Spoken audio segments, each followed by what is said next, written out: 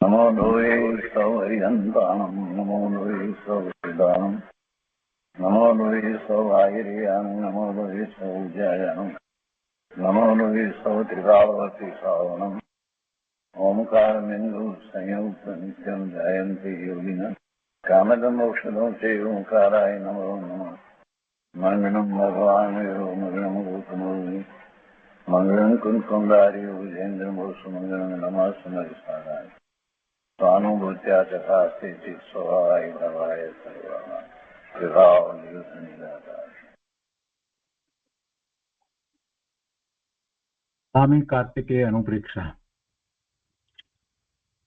શુભચંદ્રાચાર્ય ભગવાનની ટીકા સહિત અને પંડિત જયચંદજી છાબડાના ભાવાર્થ અને ટીકા સહિત આપણે સ્વામી કાર્તિકેય અનુપ્રેક્ષા નો સ્વાધ્યાય કરી રહ્યા છીએ અને પૂજ્ય ગુરુદેવ એમાંથી આપણને અધ્યાત્મ સમજાવી રહ્યા છે. સંસાર ભાવના નું વર્ણન ચાલે છે અને એમાં આપણે 66મી ગાથા સુધી સ્વાધ્યાય પૂરો કર્યો છે. હવે 67મી ગાથાથી આગળ સ્વાધ્યાય લઈએ છીએ. 66મી ગાથામાં એમ કહ્યું કે 5 પ્રકારે પરાવર્તન જીવને થાય છે: દ્રવ્ય, ક્ષેત્ર, કાળ, ભવ અને ભાવથી 5 પ્રકારે જીવને પરાવર્તન થાય છે. અને એ પછીથી હવે 67મી ગાથાથી શરૂ કરી અને 5 પ્રકારના પરાવર્તન નું વર્ણન કરવામાં આવ્યું છે. તો 67મી ગાથામાં પહેલા દ્રવ્ય પરાવર્તન ની વાત કરે છે. ઉદ્ગાતમાં કહે છે કે હવે તેનું સ્વરૂપ કહે છે, એટલે પરાવર્તનનું સ્વરૂપ કહે છે. 5 પ્રકારના પરાવર્તનનું સ્વરૂપ કહે છે. ત્યાં પ્રથમ દ્રવ્ય પરાવર્તન કહે છે. 67મી ગાથા સંસ્કૃતમાં આ રીતે છે: બંધાતિ મુચ્યતિ જીવઃ પ્રતિસમયમ કર્મ પુદ્ગલાન વિવિધાન નો કર્મ પુદ્ગલાન અપી ચ મિથ્યાત્મ કષાય સંયુક્ત. એના અર્થમાં કહે છે કે આ લોકમાં રહેલા જે અનેક પ્રકારના જ્ઞાનાવરણ આદિ કર્મ પૂતગલો તથા ઔદારિક આદિ શરીર રૂપ નો કર્મ પૂતગલોને મિથ્યાત્વ કષાયો વડે સંયુક્ત થતો થકો સમયે સમયે બાંધે છે અને છોડે છે. એક જ વાક્યમાં બધું કહી દીધું. આ લોકમાં રહેલા જે અનેક પ્રકારના કર્મ પૂતગળો, એમાં જ્ઞાનાવરણીય, દર્શનાવરણીય, મોહનીય, અંતરાય, 4 ઘાતી કર્મના અને બીજા અઘાતી કર્મના આયુષ્ય, નામ, ગોત્ર, વેદનીય, એમ એ 4 કુલ 148 કર્મની પ્રકૃતિઓ. તો એ કર્મની પ્રકૃતિઓ ના એવા કર્મને વર્ગણા, એવા પ્રકારના કર્મ પૂતગળોનો સમૂહ, એવી કર્મને વર્ગણા, એ પછી તથા ઔદારિક આદિ શરીર રૂપ, એટલે આપણે જે 5 પ્રકારના શરીર જે કહીએ છીએ, તો એમાં ઔદારિક શરીર જે મનુષ્યને અને તિર્યંચને હોય છે, તે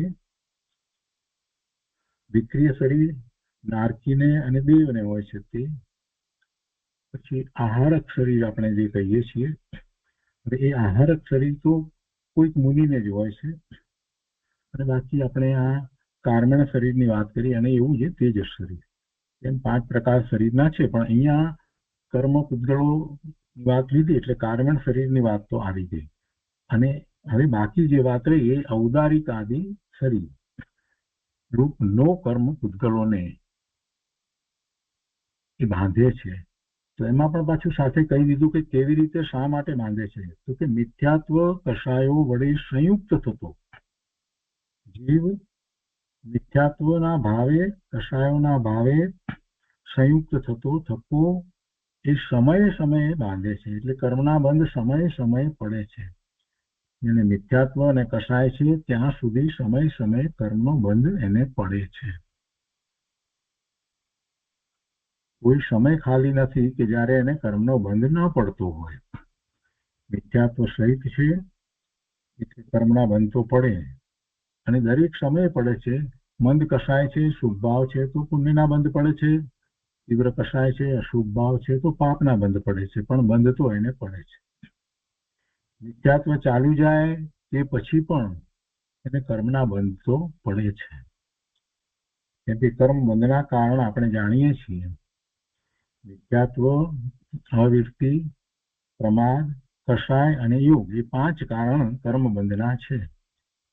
એમાં યોગ તો 14મા ગુણ સ્થાને જાય છે, એટલે 13મા ગુણ સ્થાને પણ કર્મના બંધ તો પડે છે, પણ ત્યાં પછી કસાય નથી, એટલે માત્ર પ્રકૃતિ અને પ્રદેશ બંધ પડે છે. એમાં સ્થિતિ બંધ, અનુભાગ બંધ પડતા નથી, એટલે એ ખરેખર કાંઈ બંધ કહેવા જેવો બંધ હોતો નથી. પણ જ્યાં સુધી એને કસાય છે, ભલે મુનિ થયા હોય, 7મા 6ઠા ગુણ સ્થાને હોય તો પણ એને સંજુલન કસાય છે. એના સંજુલન કસાયના ક્રોધ, માન, માયા, લોભ છે, તો ત્યાં સુધી એને કર્મનો બંધ પડે છે. પણ એ બંધ એવો તીવ્ર હોતો નથી, અતિ મંદ હોય છે. પરંતુ 4થા ગુણ સ્થાનની પહેલા જ્યાં સુધી એને મિથ્યાત્વ નથી ગયું ત્યાં સુધી તો એને અનંતાનુબંધીના બંધ પડે છે. અનંત કાળ સુધી ચાલે એવા બંધ પડે છે. મિથ્યાત્વ જાય, 4થા ગુણ સ્થાને આવે, એ પછીથી એને અનંતાનુબંધીના બંધ પડતા નથી, એટલે પછી વધુ ભવ થતા નથી. તો મિથ્યાત્વ અને કસાયો વડે સંયુક્ત થતો જીવ સમયે સમયે કર્મ બાંધે છે અને છોડે છે. કેમ કે સ્થિતિ બંધ છે, એટલે એ કર્મ છૂટી જાય છે. એ રજકણો કર્મરૂપ અવસ્થામાં રહેતા પણ નથી. એ 2.25 લીટીની અંદર, 3.25 લીટીની અંદર તો કેટલી બધી વાત એક સાથે કરી દીધી. કેવું તો શું છે? કેવું તો માત્ર એ દ્રવ્ય પરાવર્તન કેવું છે, પણ દ્રવ્ય પરાવર્તનનો વિચાર કરીએ તો આ જીવ અનંત કાળથી કેવું દ્રવ્ય પરાવર્તન કરી રહ્યો છે એનો આપણને આમાં ખ્યાલ આવે છે. અને હવે આગળ કહે છે ભાવાર્થની અંદર, મિથ્યાત્વ કસાયવશ જ્ઞાનાવરણ આદિ કર્મોના સમય પ્રબદ્ધને અભવ્ય રાશિથી અનંત ગુણા તથા સિદ્ધ રાશિથી અનંતમાં ભાગે ઉદ્ગલ પરમાણુઓના સ્કંદરૂપ કાર્મણ વળગણાઓને આ સંસારી જીવ સમયે સમયે ગ્રહણ કરે છે. પહેલી વાત આ લીધી.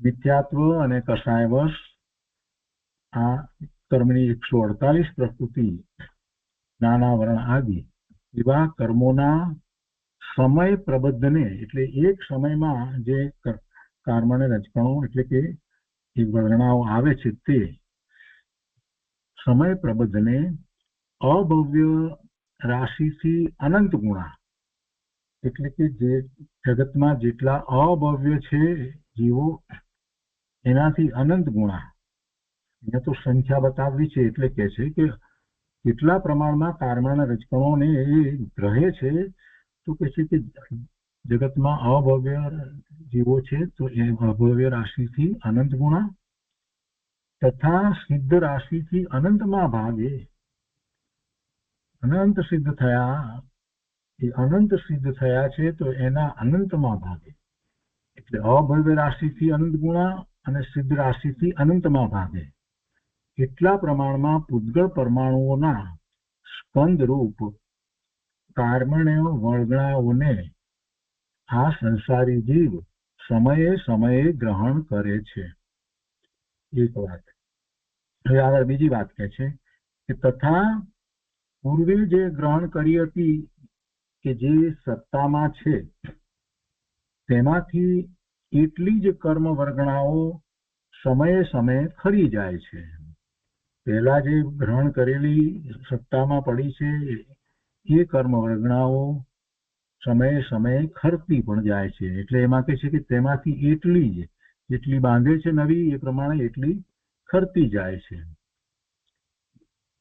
વળી એ જ પ્રમાણે ત્રીજી વાત કરે છે, વળી એ જ પ્રમાણે ઔદારિક આદિ શરીરોના સમય પ્રબદ્ધો શરીર ગ્રહણના સમયથી માંડીને આયુ સ્થિતિ સુધી ગ્રહણ કરે છે. જ્યારથી શરીર એને ગર્ભમાં આવ્યો છે, શરીર થયું છે, ત્યારથી શરૂ કરી અને એનું આયુષ્ય પૂરું થાય ત્યાં સુધી દરેક સમય એક સમયમાં આવતા કર્મના રજકણો કે સમય પ્રબદ્ધ. તો એ જ પ્રમાણે ઔદારિક આદિ, જો મનુષ્ય કે તિર્યન છે તો ઔદારિક કર્મને રજકણો ને ગ્રહણ કરે છે, અને નારકી છે કે દેવ છે તો વિક્રિય એવા કર્મના રજકણોને ગ્રહણ કરે છે, કેમ કે એને એવા શરીર છે. કહે છે કે વળી એ જ પ્રમાણે ઔદારિક આદિ શરીરોના સમય પ્રબદ્ધો શરીર ગ્રહણના સમયથી માંડીને આયુ સ્થિતિ જેટલી છે ત્યાં સુધી ગ્રહણ કરે છે અથવા છોડે છે. એટલે ગ્રહણ પણ કરે છે અને છોડે પણ છે. એ પ્રમાણે અનાદિકાળથી માંડી અનંતવાર કર્મ નો કર્મ પૂતગળોનું ગ્રહણ કરવું અથવા છોડવું થયા જ કરે છે. કર્મનું અને નો કર્મનું. નો કર્મ એટલે શરીરના જે કર્મ જે રજકણો છે, પૂતગળ પરમાણુઓ છે, તે એવા સ્કંધી. એટલે કર્મ અને નો કર્મ પૂતગળોનું ગ્રહણ કરવું અથવા છોડવું થયા જ કરે છે. અને એટલા માટે જ કેટલા શરીર થયા જીવને? કર્મણ શરીર છે એટલે કર્મરૂપ છે. તેજસ શરીર છે એ પણ પૂતગળનો સ્કંદ છે. કર્મણ શરીર પણ પૂતગળનો સ્કંદ છે, અને નો કર્મ એ પણ પૂતગળનો સ્કંદ છે. આ ત્રણ શરીર તો એને છે, અને એ ઉપરાંત કોઈક એવા મહાપુરુષ ગુણી ને આહારક શરીર ઉત્પન્ન કરે છે, તો એવા પૂતગળો પણ એને હોય છે. એવી યોગ્યતા હોય ત્યારે એ વખતે એવા એને ગ્રહણ કર્યા હોય છે. તો આ બધાની વાત અહીંયા એક સાથે કરી. હવે આગળ કહે છે કે હવે ત્યાં એક પરાવર્તનના પ્રારંભમાં પ્રથમ સમય પ્રબદ્ધમાં જેટલા પૂતગળ પરમાણુને જેવા સ્નિગ્ધ, વૃક્ષ, વર્ણ, ગંધ, રસ, સ્પર્શ, તીવ્ર, મંદ, મધ્યમ ભાવથી ગ્રહ્યા હોય, તેટલા જ તેવી રીતે કોઈ સમયે ફરી ગ્રહણમાં આવે ત્યારે એક કર્મ નો કર્મ પરાવર્તન થાય છે. ફરીથી વાંચીએ શું કહેવા માંગે છે. એક કર્મ નો કર્મ પરાવર્તન, કર્મનું અને નો કર્મનું પરાવર્તન. કેમ કે પૂતગળ પરમાણુ ગ્રહે છે તેમાં કર્મના પૂતગળો છે અને શરીરના પૂતગળો છે. એટલે કર્મ અને નો કર્મના પૂતગળોનું પરાવર્તન. એક પરાવર્તન કોને કહેવાય? તો કે પહેલા સમયથી શરૂ કરે છે. તો કે છે કે એક પરાવર્તનના પ્રારંભમાં, શરૂઆતમાં પ્રથમ સમય પ્રબદ્ધમાં જેટલા પૂતગળ પરમાણુને જેવા સ્નિગ્ધ, વૃક્ષ, વર્ણ, ગંધ, રસ, સ્પર્શ, તીવ્ર, મંદ, મધ્યમ ભાવથી ગ્રહ્યા હોય, જેટલા પૂતગળ પરમાણુને એ પ્રથમ સમય પ્રબદ્ધમાં એક સમયમાં જેટલા પૂતગળ પરમાણુને જેવા સ્નિગ્ધ વૃક્ષ, આપણે જાણીએ છીએ કે પરમાણુ જે છે એમાં સ્નિગ્ધપણું અને વૃક્ષપણું છે. એટલે તો એ પરમાણુ બીજા પરમાણુ સાથે જોડાય છે અને સ્કંદ બને છે. એ પ્રવચન સારમાં એ વાત આપણે ખૂબ સારી રીતે સમજ્યા છીએ કે બે ગુણ વધુ ચિકાસ કે લુખાસ એક પરમાણુ બીજા પરમાણુના સ્કંદ સાથે જોડાય છે. તો એ સ્નિગ્ધ વૃક્ષપણું છે. વળી પૂતગળની અંદર એવા ગુણ છે, એમાં વર્ણ, ગંધ, રસ, સ્પર્શ એવા ગુણ છે. એટલે કહે છે કે જેટલા પૂતગળ પરમાણુને પ્રથમ સમય પ્રબદ્ધમાં જેટલા પૂતગળ પરમાણુને સંખ્યા અપેક્ષાએ અને જેવા એટલે કે સ્નિગ્ધ વૃક્ષ વર્ણ ગંધ રસ સ્પર્શ તીવ્ર મંદ મધ્યમ ભાવથી ગ્રહ્યા હોય તેટલા જ તેવી રીતે કોઈ સમયે ફરી ગ્રહમાં આવે ત્યારે એક કર્મ પરાવર્તન થાય છે. પણ વચ્ચે અનંતવાર અન્ય પ્રકારના પરમાણુ ગ્રહણ થાય તેને અહીં ન ગણવા. એટલે પહેલી વખતે જે થયા છે એટલા જ ને એવા જ, એટલા પ્રમાણમાં જ, એ પ્રમાણે જે ગ્રહણ થયા એવું ફરીથી જ્યારે થાય તો ત્યાં સુધીનો કાળ, વચમાં બીજા કેટલાય પ્રકારે પરમાણુનું ગ્રહણ કરવાનું થાય એને ન ગણીએ તો એવો જ ફરીથી જ્યારે એવો સમય આવે ત્યારે એ કર્મનો ફરીથી ગ્રહણ થાય છે ત્યારે એમાં તો અનંતકાળ વીતી જાય છે ને એને એક દ્રવ્ય પરાવર્તન કહીએ છીએ. તો કહે છે કે વચ્ચે બીજા અનંતવાર અન્ય પ્રકારના પરમાણુ ગ્રહણ થાય તેને અહીં ન ગણવા. એવી રીતે જેવા અને તેવા, જેવા પહેલા હતા તેવા જ કર્મ પરમાણુઓને ફરીથી ગ્રહણ થવાને અનંતકાળ જાય છે તેને એક દ્રવ્ય પરાવર્તન કહીએ છીએ. એ પ્રમાણે આ જીવે આ લોકમાં અનંતા પરાવર્તન કર્યા. આ દ્રવ્ય પરાવર્તન કહેવાય. પ્રથમ સમય પ્રબદ્ધમાં જેટલા પૂતગળ પરમાણુઓ એને ગ્રહ્યા, જે ભાવથી તીવ્ર મંદ મધ્યમ ભાવથી જે રીતે ગ્રહ્યા એટલા જ અને તેવી જ રીતે કોઈ સમયે ફરીથી ગ્રહવામાં આવે. હવે એવો સમય આવતા તો કેટલો બધો કાળ વીતી જાય, વચમાં તો કેટલાય પ્રકારના બીજા પરમાણુઓ એને ગ્રહ્યા હોય. જુદા જુદા શરીર હોય તો એ માટેના, જુદા જુદા પ્રકારે કર્મ બાંધ્યા હોય તો એ પ્રમાણેના ઘણા હોય. તો અનંત વાર એવા તો બીજા કેટલાય ગ્રહ્યા હોય. પણ જે પહેલા જ એક વખત જે ગ્રહ્યા હતા એવા જ એટલા જ એવા ફરીથી જયારે ગ્રહણ કરે ત્યારે એમ કહેવાય કે એક દ્રવ્ય પરાવર્તન થયું. ત્યારે એક દ્રવ્ય પરાવર્તન થયું એટલે એમાં તો કેટલો કાળ વીતી જાય. અને એવા એક દ્રવ્ય પરાવર્તન જે કહ્યું તો એવા તો આ જીવે કેટલા પરાવર્તન કર્યા છે કે તેને એક દ્રવ્ય પરાવર્તન કહીએ છીએ. અને એ પ્રમાણે આ જીવે આ લોકમાં અનંતા પરાવર્તન કર્યા. આ દ્રવ્ય પરાવર્તનની વાત આવી.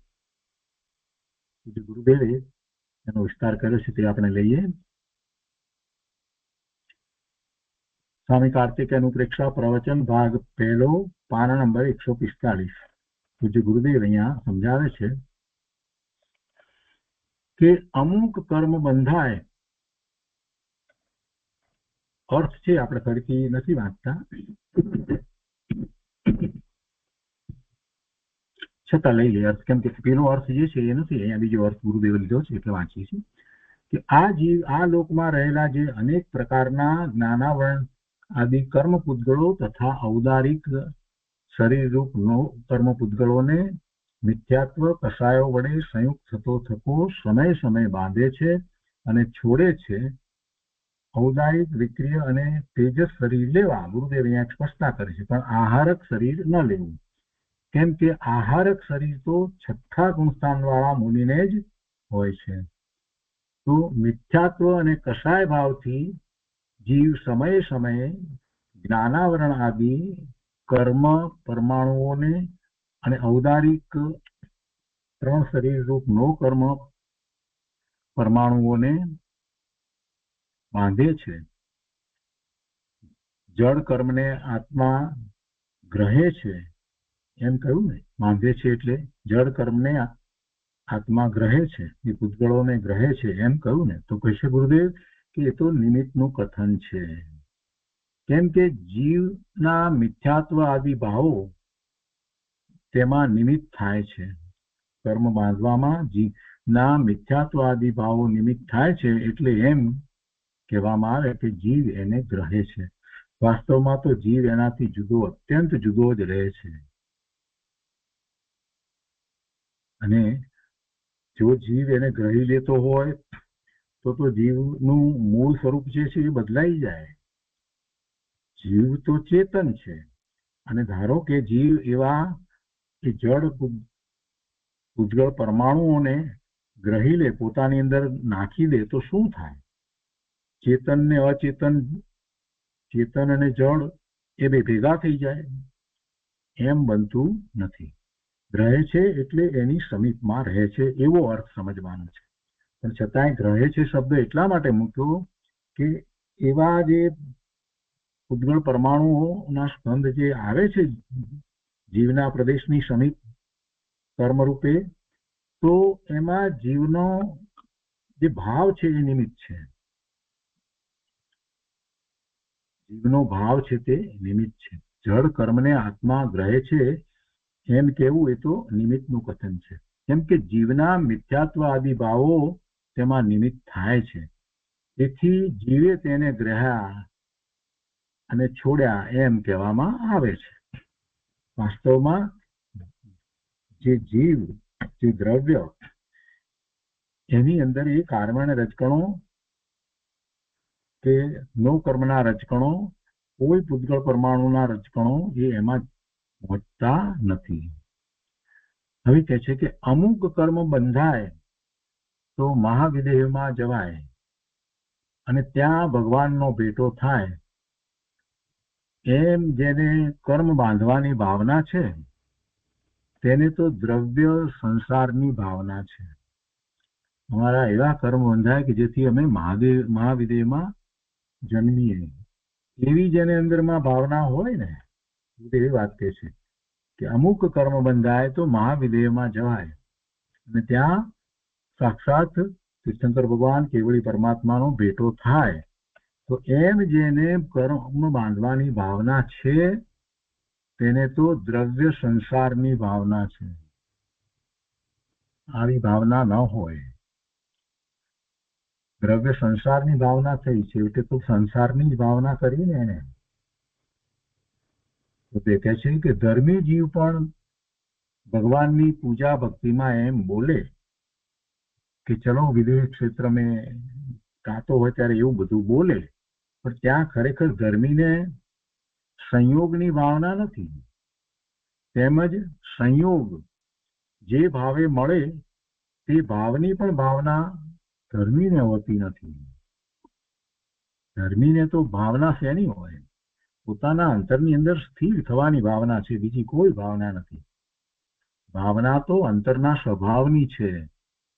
પણ શુભભાવ વખતે ભગવાનને યાદ કરી અને નિમિત્તથી કહે છે કે ચલો ક્ષેત્ર વિદેહ મેં વિદેહ ક્ષેત્ર જઈએ, એવી વાત બધી આવે ભક્તિમાં. ધર્મીને વર્તમાન રાગની પણ રુચિ નથી. વર્તમાનમાં એવો શુભભાવ આવ્યો હોય એટલે એવું બોલે ગાય એ વાત બરાબર છે ભક્તિમાં, પણ ખરેખર ધર્મીને વર્તમાનમાં જે શુભભાવ આવ્યો છે એની રુચિ નથી અને ભવિષ્યના રાગની ભાવના નથી. પણ ભક્તિના કાળે અનેક પ્રકારના કાલા ઘેલા વચનો નીકળે છે.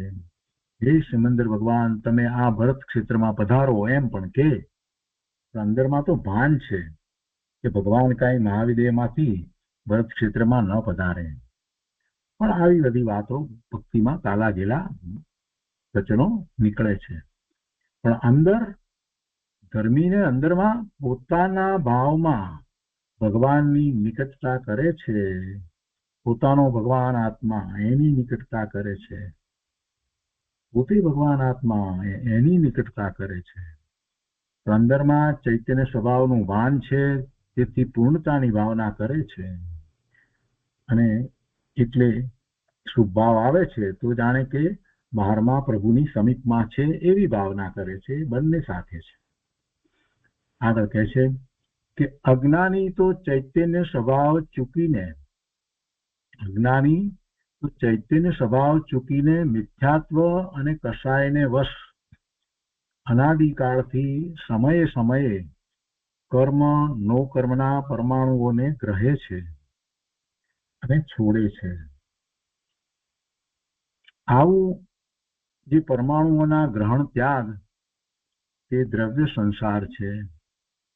તેમાં એક દ્રવ્ય પરાવર્તન ક્યારે પૂરું થાય તે કહે છે. એટલે અહીંયા દ્રવ્ય પરાવર્તનને ફરીથી ગુરુદેવે સમજાવ્યું છે. બે પ્રકારે પરમાણુને ગ્રહે છે ને. એક તો કર્મ તરીકે અને બીજું નો કર્મ તરીકે. કર્મ તરીકે અને નો કર્મ તરીકે બે રીતે જ રહે છે ને. નો કર્મ એટલે શરીર, અને પેલા કર્મ જે આપણે 148 પ્રકૃતિ જે કહીએ છીએ એમાંની જે પ્રકૃતિના બંધને પડ્યા તો એના કર્મ. એમ બંને પ્રકારે પરમાણુને ગ્રહે છે અને છોડે છે. એના એ જ પરમાણુ રહેતા નથી. કર્મના પરમાણુ પણ બદલાય છે અને નો કર્મના પરમાણુ એટલે શરીરના પરમાણુ પણ બદલાય છે. એના એ જ પરમાણુ કઈ જન્મથી મૃત્યુ થાય, અવસાન થાય ત્યાં સુધી એના એ જ રહે છે એમ નથી હોતું. તો એમાં એક દ્રવ્ય પરાવર્તન કોને કહેવાય? તો કે જેટલા પરમાણુ જેવા જેવા રસવાળા હતા તેવા જ પરમાણુઓ ફરીને ગ્રહણ કરે ત્યારે એક દ્રવ્ય પરાવર્તન પૂરું થાય તેમ કહેવાય. પેલા એક સમયની અંદર જે એને સમય પ્રબદ્ધ જે પ્રકારના જેવા પરમાણુ જેટલા ગ્રહણ કર્યા હતા એટલા ને એવા જ જ્યારે ફરીથી ગ્રહણ કરે તો એટલો જ એક કાળ વીતી જાય એને આ દ્રવ્ય પરાવર્તન, એક દ્રવ્ય પરાવર્તન કહેવામાં આવે. હવે એની વચ્ચે તો કેટલાય એને ભવ થઈ જાય, કેટલાય જુદા જુદા પ્રકારે એને એવા પરમાણુ ગ્રહ્યા હોય. કે છે કે જેટલા પરમાણુ જેવા રસવાળા હતા તેવા જ પરમાણુ ફરીને ગ્રહણ કરે અને એટલા જ પાછા, ત્યારે એક દ્રવ્ય પરાવર્તન પૂરું થાય તેમ કહેવાય. ને આવા એક પરાવર્તનમાં અનંતો કાળ જાય છે, છતાં આવા અનંત પરાવર્તન જીવ કરી ચૂક્યો છે, એવું આ દ્રવ્ય પરાવર્તન છે. હવે ક્ષેત્ર પરાવર્તનની વાત કરે છે 68મી ગાથાની અંદર. હવે ક્ષેત્ર પરાવર્તન ગાથા 68. સહ કહ અપि નાસ્તિ દેશઃ લોકાકાશસ્ય નિરવશેષસ્ય યત્ર ન સર્વઃ જીવઃ જાતઃ મૃતઃ ચ બહુવારમ. એના અર્થમાં કહે છે કે આ સમગ્ર લોકાકાશનો એવો કોઈ પણ પ્રદેશ નથી કે જ્યાં આ સર્વ સંસારી જીવો અનેક વાર ઉપજ્યા અને મર્યા ન હોય.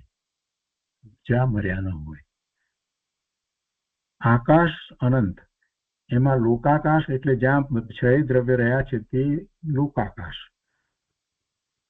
લોકાકાશના પ્રદેશની સંખ્યા આપણે અસંખ્ય પ્રદેશ કહીએ. તો આ લોકાકાશ જેમાં છ દ્રવ્ય રહ્યા છે તો એ લોકાકાશનો એવો કોઈ પણ પ્રદેશ નથી કે જ્યાં આ સર્વ સંસારી જીવો અનેક વાર ઉપજ્યા મર્યા ન હોય. કે દરેક જીવ ત્યાં ઉપજ્યો મર્યો હોય એમ કહેવાનો આશય છે. ભાવાર્થમાં એ છે કે સર્વ લોકાકાશના પ્રદેશોમાં આ જીવ અનંત વાર ઉપજ્યો છે અને મર્યો છે. એવો એક પણ પ્રદેશ બાકી રહ્યો નથી કે જ્યાં આ જીવ ન ઉપજ્યો હોય ન મર્યો હોય. અહીં આ પ્રમાણે સમજવું કે લોકાકાશના પ્રદેશો અસંખ્યાત છે. લોકાકાશના પ્રદેશો અસંખ્યાત છે. તેના મધ્યના 8 પ્રદેશને વચમાં લઈ અને સૂક્ષ્મ નિગોદ લબ્ધ અપર્યાપ્ત, સૂક્ષ્મ નિગોદ લબ્ધ અપર્યાપ્ત છે એટલે અપર્યાપ્ત પહેલેથી. સૂક્ષ્મ નિગોદ લબ્ધ અપર્યાપ્ત જઘન્ય અવગાના ધારણ કરી, ઓછામાં ઓછી અવગાના હોય, નાનામાં નાની અતિ સૂક્ષ્મ અવગાના ધારણ કરી જીવ ઉપજે છે. આ સમજાવવા માટે એ રીતે વાત લીધી છે. શું કે લોકાકાશના પ્રદેશો અસંખ્યાત છે તો તેના મધ્યના 8 પ્રદેશને વચમાં લઈ અને તો સૂક્ષ્મ નિગૂઢ લબ્ધ અપર્યાપ્ત જઘન્ય અવગાના ધારણ કરી જીવ ઉપજે છે. હવે તેની અવગાના પણ અસંખ્યાત પ્રદેશી છે. એની અવગાના પણ અસંખ્યાત પ્રદેશી છે. તે જેટલા પ્રદેશ છે તેટલી વાર તો ત્યાં જ એ જ અવગાહના પામે છે. વચ્ચે અન્ય જગ્યાએ અન્ય અવગાહનાથી જે ઉપજે તેની અહીં ગણતરી નથી. કે છે કે ત્યાં જે ઉપજે છે તો કે છે કે હવે તેની અવગાહના પણ અસંખ્યાત પ્રદેશ છે અને તે જેટલા પ્રદેશ છે તેટલી વાર તો ત્યાં જ એ જ અવગાહના પામે છે. વચ્ચે અન્ય જગ્યાએ અન્ય અવગાહનાથી જીવ ઉપજે તેની અહીં ગણતરી નથી. ત્યાર પછી હવે કે છે કે ત્યાર પછીથી કે એક એક પ્રદેશ ક્રમપૂર્વક વધતી અવગાહના પામે. એટલે અસંખ્યાત પ્રદેશ છે પછીથી એના કરતા એ અસંખ્યાત પ્રદેશ વત્તા એક પ્રદેશ વધારે, એ પછી એ વત્તા બે પ્રદેશ, એમ એક એક પ્રદેશ ક્રમપૂર્વક વધતી અવગાહના પામે તે અહીં ગણતરીમાં છે. તો એ પ્રમાણે ક્રમપૂર્વક વધતા વધતા મહામચ્છની ઉત્કૃષ્ટ અવગાહના સુધી પૂર્ણ કરે અને તે રીતે અનુક્રમે લોકાકાશના સર્વ પ્રદેશોને સ્પર્શે ત્યારે એક ક્ષેત્ર પરાવર્તન થાય.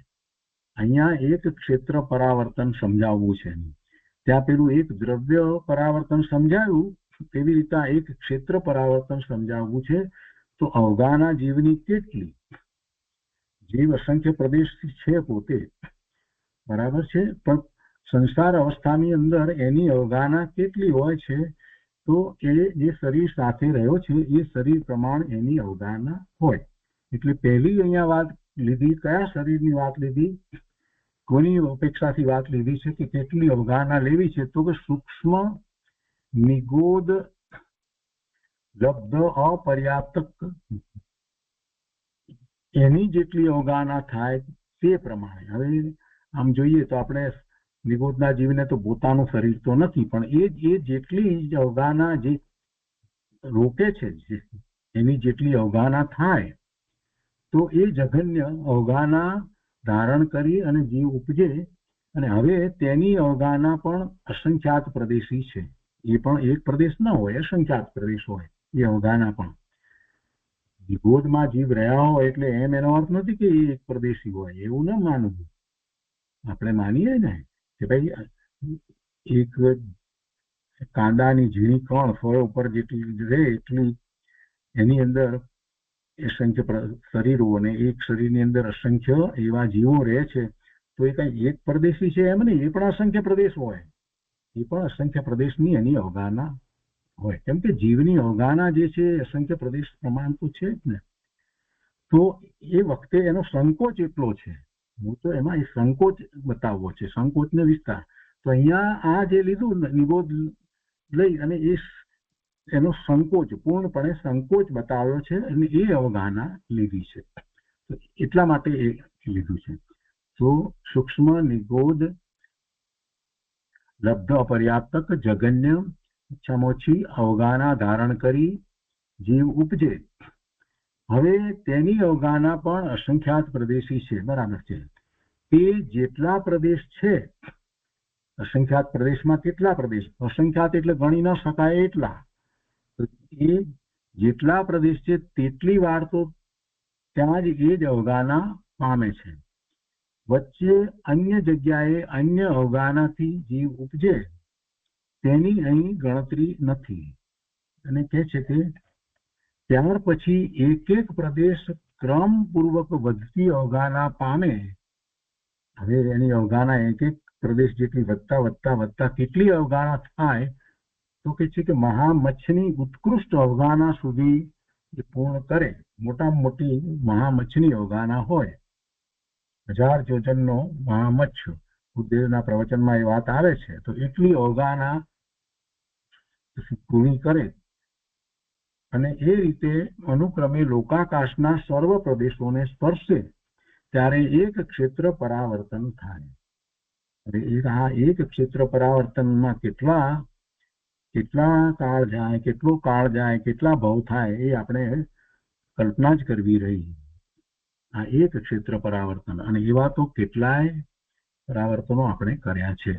કેમ કે એક ક્ષેત્ર પરાવર્તનની અંદર કેટલા બધા પરાવર્તનો આવી જાય છે, એટલા બધા ક્ષેત્રના પરાવર્તન આવી જાય છે. હવે આગળ એને આપણે સમજીએ. પૂજ્ય ગુરુદેવે એમાંથી અધ્યાત્મ જે સમજાવ્યું છે તે સમજીએ. 68મી ગાથા.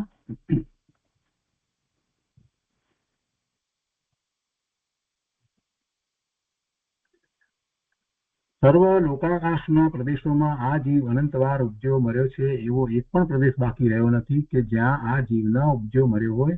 અહીંયા આ પ્રમાણે સમજવું કે લોકાકાશના પ્રદેશો સંખ્યાત છે. તેના મધ્યના 8 પ્રદેશને વચમાં લઈને સૂક્ષ્મ નિગૂઢ લબ્ધ અપર્યાપ્ત જગન્ય અવગાના ધારણ કરી જીવ ઉપજે છે. હવે તેની અવગાના પણ અસંખ્યાત પ્રદેશી છે. તે જેટલા પ્રદેશ છે તેટલી વાર તો ત્યાં જ એ જ અવગાના પામે છે. વચ્ચે અન્ય જગ્યાએ અન્ય અવગાનાથી જીવ ઉપજે તેની અહીં ગણતરી નથી. હવે ત્યાર પછી એક એક પ્રદેશ ક્રમપૂર્વક વધતી અવગાના પામે તે અહીં ગણતરીમાં છે. અને એ પ્રમાણે ક્રમપૂર્વક વધતા વધતા મહામચ્છની ઉત્કૃષ્ટ અવગાના સુધી પૂર્ણ કરે અને લોકાકાશના પ્રદેશને સંપૂર્ણ સ્પર્શે ત્યારે એક ક્ષેત્ર પરાવર્તન થાય. તો આ વાતને જરાક અંતરમાં રાખી અને આપણે ગુરુદેવે જે વિસ્તાર કર્યો છે તે સમજીએ. ગુરુદેવે એ બધી વાત જે છે એને એટલું મહત્વ નથી આપ્યું, પણ એમાંથી અધ્યાત્મ જે છે એ વાત આપણને સમજાવી છે. ગુરુદેવ કહે છે કે જ્યાં સિદ્ધ ભગવંતો બિરાજે છે, ક્યાં બિરાજે છે? ત્યાં બિરાજે છે સિદ્ધ ભગવંતો સિદ્ધશિલાથી ઉપર. જ્યાં સિદ્ધ ભગવંતો બિરાજે છે તે જ ક્ષેત્રે જીવ અનંતવાર જન્મ્યો અને મર્યો છે. એવું કેવી રીતે બને? કોઈને એમ પ્રશ્ન થાય. કેમ કે નિગોદના જીવ ત્યાં પણ છે. એટલે જ્યાં સિદ્ધ ભગવંતો બિરાજે છે તે જ ક્ષેત્રે જીવ અનંતવાર જન્મ્યો અને મર્યો છે. એક માણસે બીજાને પૂછ્યું કે તે રાજાને જોયો છે? તો તે કહે કે હા. તો કે ક્યારે? તો કહે કે મેં ખૂન કર્યું તેનો કેસ ચાલતો હતો ત્યારે કોર્ટમાં રાજા આવ્યા હતા અને મેં જોયા હતા. એટલે એનો અર્થ શું થયો? એનો અર્થ કાંઈ થયો નહીં. એવી રીતે આપણે સિદ્ધશિલાની ઉપર ભાગે ભગવાન જ્યાં સિદ્ધ ભગવાન બિરાજમાન છે એ ક્ષેત્રની અંદર, જે ક્ષેત્રની અંદર નિગોધ તરીકે હોઈએ તો ભગવાનને આપણે જોયા એમ કહેવાય કે ન કહેવાય? શું જોયા કહેવાય? નિગોધના ભાવમાં શું ભગવાનને આપણે જોઈએ અને જાણીએ? નિગોધના ભાવમાં ભલે ને સિદ્ધ ક્ષેત્રની ઉપર પણ રહ્યા હોઈએ પણ એનો કાંઈ અર્થ છે એ નથી. એટલે ગુરુદેવે આ ઉદાહરણ આપીને બતાવ્યું. તેમ અજ્ઞાની જીવ અનંત સંસારમાં રખડતા રખડતા જે ક્ષેત્રે સિદ્ધ ભગવંતો બિરાજે છે ત્યાં પણ અનંતવાર એકેન્દ્રિયપણે જન્મ્યો મર્યો છે. ત્યાં પણ એકેન્દ્રિયપણે નિગોધપણે જન્મ્યો મર્યો છે. સંસાર પરિભ્રમણ જીવ શરીરની નાનામાં નાની અવગાનાથી માંડીને અનુક્રમે મોટામાં મોટી અવગાના ધારણ કરી અને આખા લોકમાં જન્મ્યો અને મર્યો છે. એટલે જે એક પરાવર્તનની વાત કરવામાં આવી, ક્ષેત્ર પરાવર્તનની વાતને ગુરુદેવે અહીંયા ટૂંકમાં સમજાવી દીધી કે સંસાર પરિભ્રમણ જીવ શરીરની નાનામાં નાની અવગાનાથી માંડી અને અનુક્રમે વધતા વધતા મોટામાં મોટી અવગાના ધારણ કરી અને આખા લોકમાં જન્મ્યો અને મર્યો છે. એટલે નિગોધથી માંડી અને મહામચ્છ સુધીની અવગાના, અને એમાં એક એક ક્ષેત્ર એટલું એનો વધારો થતો ગયો. એક પ્રદેશ જેટલું ક્ષેત્ર હોય એટલું એને વધારો થતો ગયો એમ કહેવામાં આવ્યું છે ને.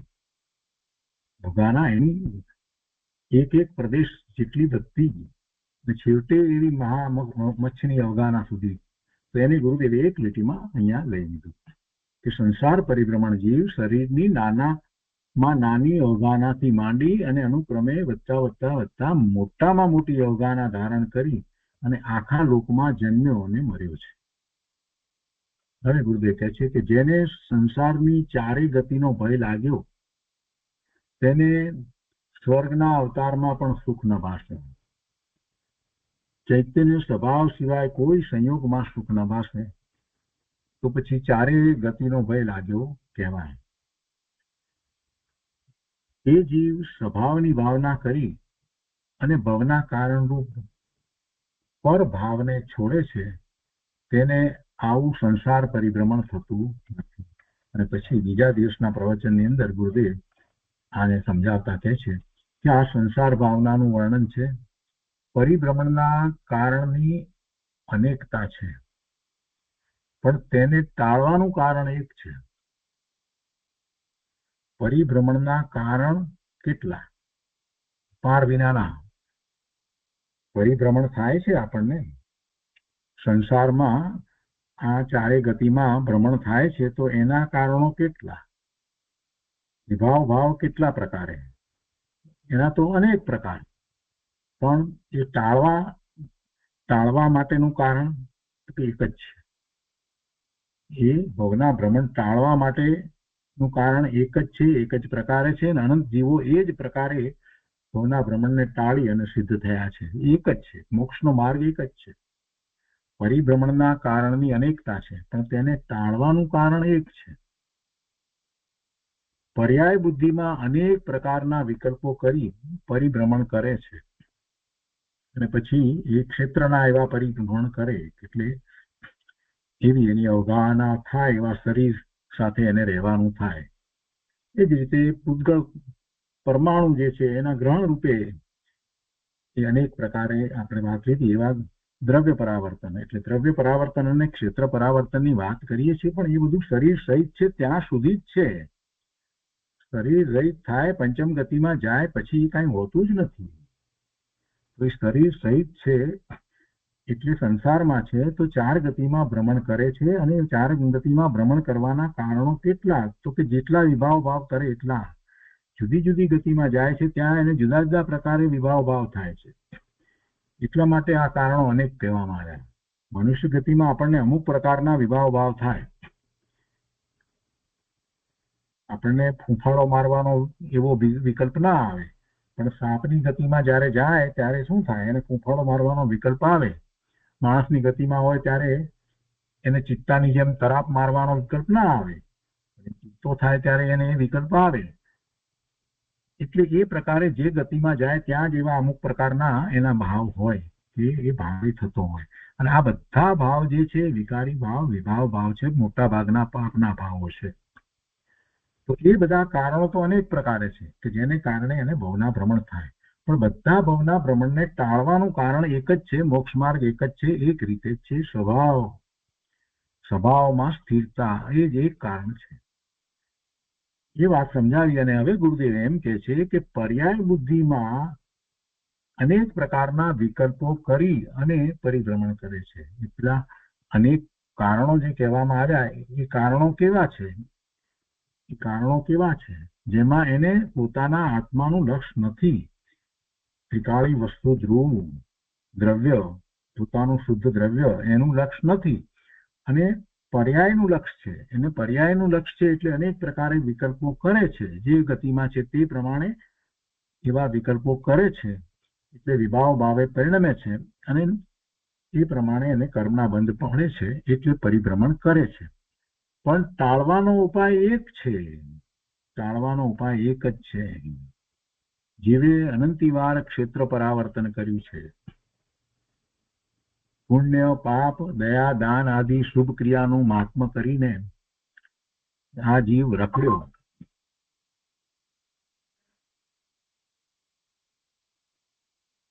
પુણ્ય, પાપ, દયા, દાન આદિ શુભ ક્રિયાનું મહાત્મ્ય કરીને આ જીવ રખડ્યો, પણ યથાર્થ વસ્તુ સ્વરૂપ શું છે તેની શ્રદ્ધા કરી નહીં. આત્માનું પરિપૂર્ણ શુદ્ધ સ્વરૂપ તે દેવ છે. પોતે ભગવાન આત્મા છે ને, શુદ્ધ પૂર્ણ પવિત્ર છે ને. તો એવા આત્માનો વિચાર કરે, એને સ્વીકારે, એવા સ્વરૂપને સ્વીકારે અને એમાં ઉપયોગને સ્થિર કરે તો ભવના ભ્રમણ અટકે. બીજી કોઈ રીત નથી. આત્માનું પરિપૂર્ણ શુદ્ધ સ્વરૂપ તે દેવ છે. એ દેવ, પોતાનો દેવ તો પોતાની અંદર છે. બહારમાં બીજો કોઈ દેવ નથી. બહારમાં જે દેવ છે એમણે તો જે આપવું હતું કરુણા કરી અને એમણે તો બધું આપી દીધું. એ સાચા દેવ, સાચા ગુરુ, સાચા શાસ્ત્ર આ બધું જે કહીએ છીએ તો એમણે તો બધું આપી દીધું. અને એ દેવ એમ કે છે કે તું તારો દેવ છે, તું તારા સ્વરૂપમાં એકાગ્રતા કર. અમે પણ એમ જ કર્યું, અમારા સ્વરૂપમાં અમે સ્થિર થયા, તો તું પણ તારા સ્વરૂપમાં સ્થિર થાય એટલે તને બધું પ્રાપ્ત થઈ જાય, તને અમારા જેવી દશા પ્રાપ્ત થાય. તું અમારી ભક્તિ કરીશ એ સ્વભાવ છે, પણ એથી તને અમારા જેવી દશા નહીં થાય. ભગવાનના જ્ઞાનમાં એમ આવ્યું છે કે તું મારી ભક્તિ કરીશ એથી સ્વભાવ છે, પુણ્યનો બંધ પડશે, પણ તું બંધ રહી તમારા જેવી દશાને પ્રાપ્ત નહીં કરી શકે. તું પોતે ભગવાન છો, તું દેવ છો, તું તારા સ્વરૂપમાં એકાગ્રતા કર અને એમ કરતા તું તારો દેવ છે તેમાં સ્થિર થઈશ અને પછી સિદ્ધ દશાને પ્રાપ્ત કરી શકીશ. આત્માના સ્વરૂપ જે સાધે છે તે ગુરુ છે. જો અહીંયા પહેલી વાત એ લીધી કે આત્માનું પરિપૂર્ણ શુદ્ધ સ્વરૂપ તે દેવ, નિશ્ચયથી વાત ચાલે છે. આત્માના સ્વરૂપ જે સાધે છે તે ગુરુ છે અને અનેકાંત બતાવે તે શાસ્ત્ર છે. અનેકાંત બતાવે તે શાસ્ત્ર છે. આમ દેવ ગુરુ શાસ્ત્રને યથાર્થ જાણે તો પરિભ્રમણ મટ્યા વિના રહે નહીં, ભવના ભ્રમણ પછી થાય નહીં. હવે આ પછીથી કાળ પરિભ્રમણની વાત કરે છે.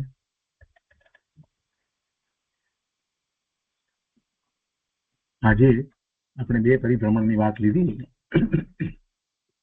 દ્રવ્ય પરિભ્રમણ અને ક્ષેત્ર પરિભ્રમણની વાત લીધી. કાળ પરિભ્રમણની વાત જે છે એ આપણે આવતા સ્વાધ્યાયમાં લઈશું.